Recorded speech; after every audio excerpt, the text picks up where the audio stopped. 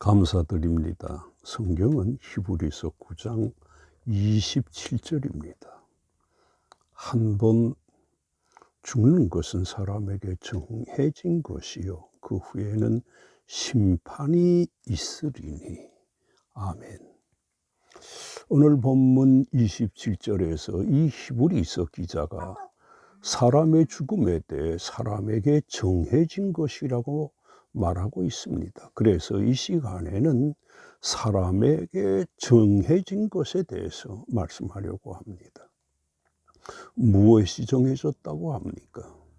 한 번 죽는 것은 사람에게 정해진 것이라고 합니다.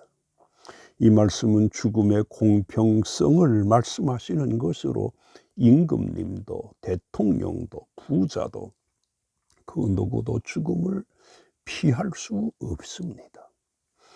그러므로 죽음에 대해 그 누구를 원망할 수 없습니다. 모든 사람들에게 공평하기 때문입니다.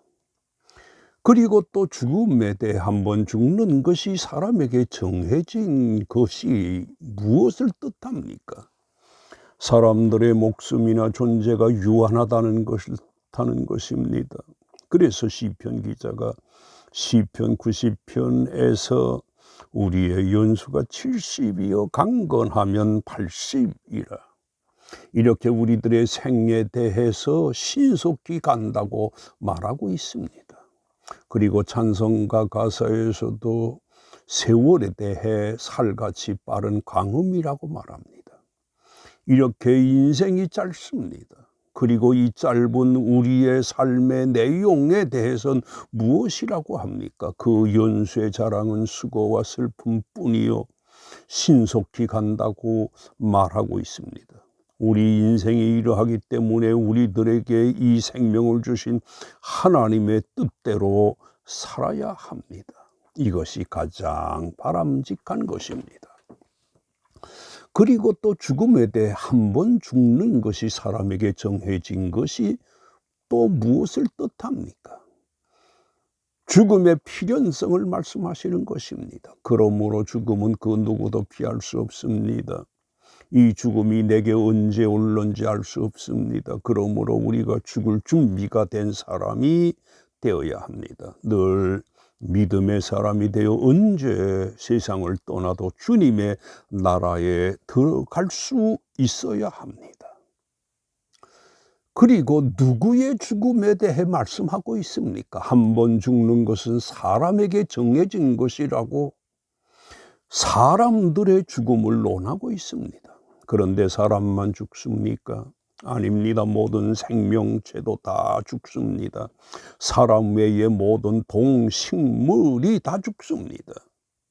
그래서 전도서 3장에서 인생이 당하는 일을 짐승도 당하나니 그들이 당하는 일은 일반이라. 다 동일한 호흡이 있어서 짐승이 죽음같이 사람도 죽는다고 말합니다. 그런데 이런 죽음을 놔두고 왜 사람들의 죽음을 말하는 것일까요? 그 이유는 모든 죽음이 사람에 의해 생겨진 때문입니다. 아담의 범죄로 모든 사람이 다 죽게 됐고 생명을 가진 모든 동식물도 다 죽음을 맞이하게 된 것입니다. 아담의 범죄가 이렇게 되게 한 것입니다. 죄가 이렇게 무서운 것입니다. 그리고 누가 정하신 것이라고 합니까? 죽음을 누가 정하셨습니까? 창세기에서 하나님이 네가 흙으로 돌아갈 때까지 얼굴에 땀을 흘려야 먹을 것을 먹으리니 네가 그것에서 취함을 입었음이라. 너는 흙이니 흙으로 돌아갈 것이라고 하셨습니다. 하나님이 이렇게 하신 것은 그가 이 세상의 천지 만물과 사람을 지으셨고 생명을 분이시기 때문입니다. 그래서 이사야서에서도 이렇게 말씀합니다. 하늘을 창조하며 펴시고 땅과 그 소산을 내시며 땅 위의 백성에게 호흡을 주시며 땅에 행하는 자에게 영을 주시는 하나님 여호와시라고 말씀하시고 있습니다. 이렇게 주신 분이 죽음을 정하신 것입니다. 왜 이렇게 정하셨을까요? 창세기 2장에서 선악을 알게 하는 나무의 열매를 먹지 말라, 네가 먹는 날에는 반드시 죽으리라고 하나님이 아담에게 말씀하셨습니다. 하나님께서 이렇게 분명하게 말씀을 하셨음에도 불구하고 이 말씀을 범함으로 죽음이 오게 된 것입니다. 그러므로 우리들의 죽음은 죄에 대한 징벌입니다. 그리고 한 번 죽는다는 것이 행일까요? 불행일까요? 다행이기도 한데 죽음을 맞을 때 몹시 힘들기 때문이고 또 매우 두려울 수도 있기 때문입니다. 죽음의 고통이 어떻습니까? 어떤 암의 경우 말기 증상이 매우 고통스럽다고 합니다. 그래서 병원에서도 대단한 진통제를 준다고 합니다. 죽음의 고통이 이렇게 힘들기 때문에 한 번 죽는 것이 다행인 것입니다.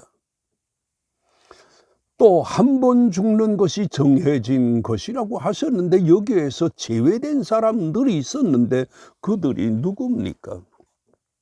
다시 소생했던 사람들로 그들이 또다시 죽었으므로 두 번 죽게 된 것입니다.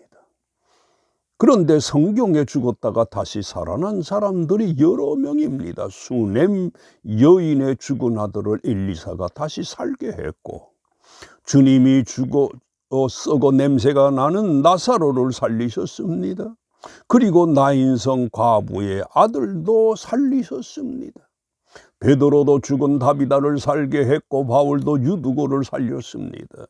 그런데 이들이 지금까지 살아있지 않고 또 죽었습니다. 이처럼 이들은 두 번 죽었는데 역시 사람은 죽습니다. 이처럼 하나님은 그 누구에게도 이곳에서 그리고 우리들이 가지고 있는 이 육신으로 영원히 살게 하지 않으신 것입니다. 또 사람이 한 번 죽는 것이 사람에게 정해진 것인데 누구까지도 이 죽음을 맞습니까?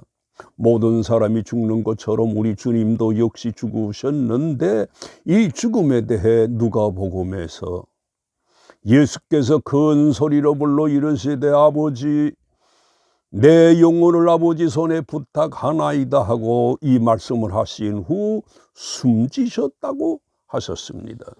그것도 젊은 나이인 33세의 세상을 떠나셨는데 그것도 십자가상에서 고통 중에 운명하신 것입니다. 우리가 이런 사실에서 볼 수 있는 것처럼 주님은 우리들을 위해 오래 사시지도 못했고 그 짧은 나이에도 우리를 위해 하실 바를 다 하셨습니다. 그러므로 우리들에게서 제일 중요한 것이 있는데 그것은 우리가 얼마나 오래 사느냐 하는 것보다 우리들이 살면서 얼마나 하나님이 원하신 말을 했는가가 더 중요한 것입니다. 그런데 주님의 죽으심과 우리 인생들의 죽음은 매우 다른데 어떻게 다를까요? 이것에 대해 12절에서 주님의 죽으심에 대해 오직 자기의 피로 영원한 속죄를 이루사 단번에 성소에 들어가셨다고 합니다. 그리고 14절에서 흠없는 자기를 하나님께 드린 그리스도의 피라고 하셨습니다. 그리고 15절에서 그는 새 언약의 중보자시니 이는 첫 언약 때의 범한 죄에서 속량하려고 죽으셨다고 합니다. 이처럼 우리들은 범죄로 우리들의 죄로 죽음과 멸망을 불렀으나 우리 주님은 우리들의 이런 모든 죄를 속량하시기 위해서 대속의 죽음을 당하신 것입니다. 이렇게 주님의 죽으심과 우리의 죽음은 다릅니다. 그러면 죽음이 끝일까요? 죽음은 이 세상 생활에서의 끝이기는 하나 완전한 끝이 아닙니다. 그 누구에게도 사후의 내세가 있습니다. 그래서 그 후에 심판이 있을 것이라고 말씀하시고 있습니다. 심판이 무슨 심판일까요? 구원과 징벌에 대한 심판인데 이것에 대해 마태복음에서 주님이 이렇게 말씀하시고 있습니다. 내가 너희에게 이르노니 사람이 무슨 무익한 말을 하든지 심판날에 이에 대하여 신문을 받을 것이라고 하셨고, 또 19장 28절에서는 내가 진실로 너희에게 이르노니 세상이 새롭게 되어 인자가 자기 영광의 보좌에 앉을 때에 나를 따르는 너희도 열두 보좌에 앉아 이스라엘 열두 지파를 심판하리라고. 우리 믿는 사람들도 주님을 도와 심판하게 될 것이라고 하셨습니다. 그리고 요한복음 3장 17절에서 하나님이 그 아들을 세상에 보내신 것은 세상을 심판하려 하심이 아니요 그로 말미암아 세상이 구원을 받게 하려 하심이라고 하셨습니다. 우리 믿는 사람들은 사후의 심판을 받는 것이 아니라 구원을 받는다고 말씀하시고 있습니다. 그러면 믿지 않는 사람들이 죽음 후에는 어떻게 될까요? 요한복음 5장 29절에서 주님이 이렇게 직접 말씀하셨습니다. 선한 일을 행한 자는 생명의 부활로, 악한 일을 행한 자는 심판의 부활로 나오리라고 하셨습니다. 그리고 악인들도 부활한 이후에 대해 요한복음 3장 17절에서 알곡은 모아 곡간에 들이고 쭉정이 악인 믿지 않는 사람들은 꺼지지 않는 불에 태우시리라고 하셨습니다. 그리고 또 마태복음 25장 41절에서 왼편에 있는 사람들에게 저주를 받은 자들아 나를 떠나 마귀와 그 사자들을 위하여 예비된 영원한 불에 들어가라고 하셨습니다. 사후의 사람의 선택에 의해서 천국과 지옥으로 가는 것이 아니라는 것을 알 수 있습니다. 그리고 이 죽음에 대해 잘못 알고 있는 사람들이 많은데 누굴까요? 불신자들입니다.